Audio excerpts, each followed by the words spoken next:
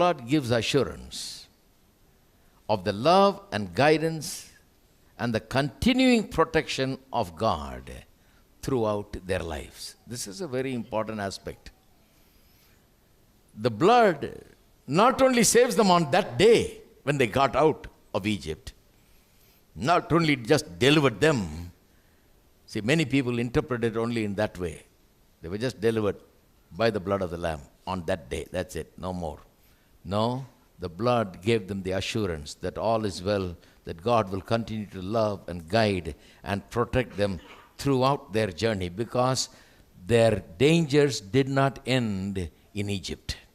They were in danger there. Pharaoh wanted them there. He wanted them to continue as slaves there. God delivered them by the power of the blood. But it did not end there. The danger did not end there.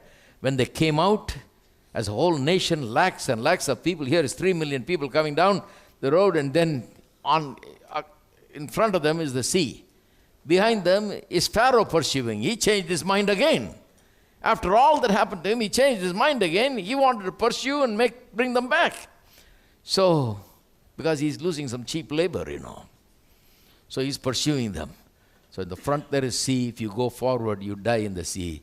If you turn backward, you die in the hands of Pharaoh. Moses cries out to God and says, God, what shall I do? God says, stretch forth your hand and split the sea into two, so that the people can walk over. Didn't God say, the Lord God will show that there is a difference between you and the Egyptians? Now that is not over with Egypt and with the event of the Passover. That is not just for the Passover event. He said, I'll show that there is a difference between you and the Egyptians. I'll draw a line. You're special. No dog will wag its tongue against you, he said.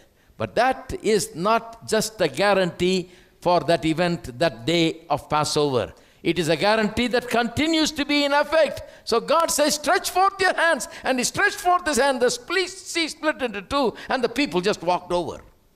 Amazing. People just walked over to the other side, and when Pharaoh's army tried to walk over by the same way, it closed up. Why? Because there's a difference. What is the difference? They are blood marked. They were marked way back in Egypt, blood marked. That is not just for that one day. The protection continues. The guarantee continues. The mark of the blood is on them. It was on the door, but it is on them right now. God says, these are the people that came under the blood. I'm going to be with them. I'm going to take them. Then they come into the wilderness, and here they need food. No market to buy anything. Nowhere to eat. With 3 million people, where would you go for Where will you go and buy for 3 million people? I can imagine what kind of problem will be there. I took 50 students one time and went to some villages to do some work. And I took all 50 of them to have lunch one place. The guy said, no, sir, for this many people, we don't have food. This is a small village. He's never seen 50 people come to the restaurant at the same time. No. Maybe 15 people, 20 people, all right, but 50 people, you have to wait for a couple of hours before we can get ready. Just imagine Moses going with 30 lakhs people, 3 million people, nowhere to buy anything, nothing there.